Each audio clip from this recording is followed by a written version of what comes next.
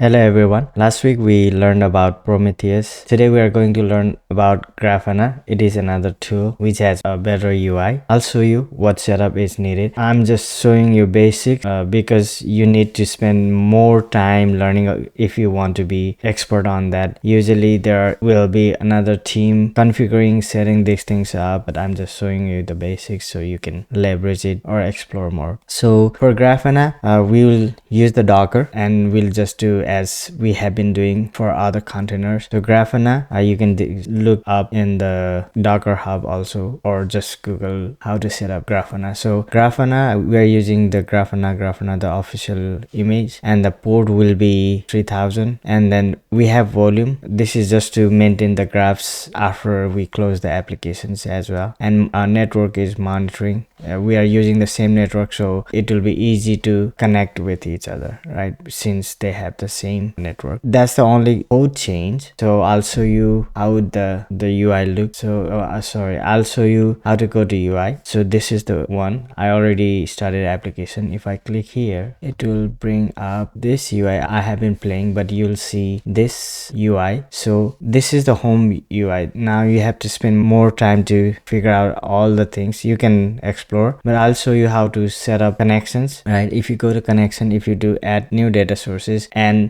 we are using the data from Prometheus. If you select Prometheus, so basically that's how you select the data source. Since I have already connected, I'll show you the connection. So configurations you need to do, right? Just basically the name, and this is the Prometheus because that's the name we gave in the Docker, right? And then port 9090. So if you look at here for the Prometheus, we have 9090, right? That's what we gave. So this is the name. This is how we communicate with each other in the same network in the Docker. So then you'd come at the bottom. I mean, you can do all the other settings if you want, but for now this is good enough. If save, so it says successfully queried the Prometheus API. That means connection is good. Once the connection is good, what we'll do is we'll start building dashboards. So I have already built one. I'll show you how to build a new one, then I can come back. So if you do new dashboard, you'll go, this will show up. If you add panel and then configure visualization, this is how you see other stuff, right? So you can select all other things, but let me go back to the one I already created. So I'll discard for now. Go here. This is what I created. This has GenAI input token usage, and then I can really name this to be DB operation.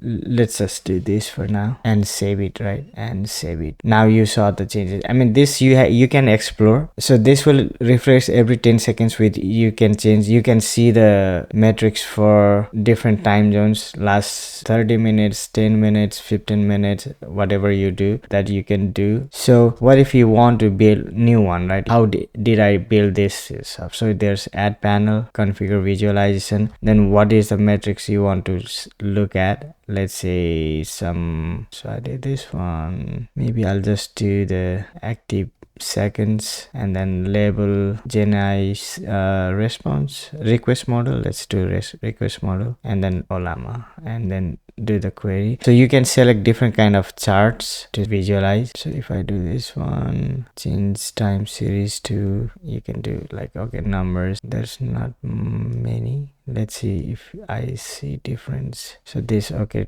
seconds taken, right? And then request response model, operation name, no data. I can do just a request. So you look at this one, so you can call it client operation time and then save it. You can add node, and so if you go back here and do here, you added new panel. Now it has like operation seconds. So basically what you do is just add the information that is useful to you, and everything is right here. So let me make few requests so you can see difference in the graphs, right? I'll just make couple of requests so you can see the graph changing. So if you look at this one and do like last 5 minutes, you see the differences, right? Look at this one, the changes, and this changed too. And let me do 5 seconds, or you can do the refresh, or you can do the last 5 minutes. You know, all recently this changed, right? If I do 30 minutes, then you see more things. If I just do 15 minutes, you see different. Basically this is useful to visualize your interest of metrics you want to keep an eye on, so you know what is going with your application, right? Basically CPU usage or token usage, all these things are good, so you are actually monitoring them and figuring things out. This is all for today. Bye.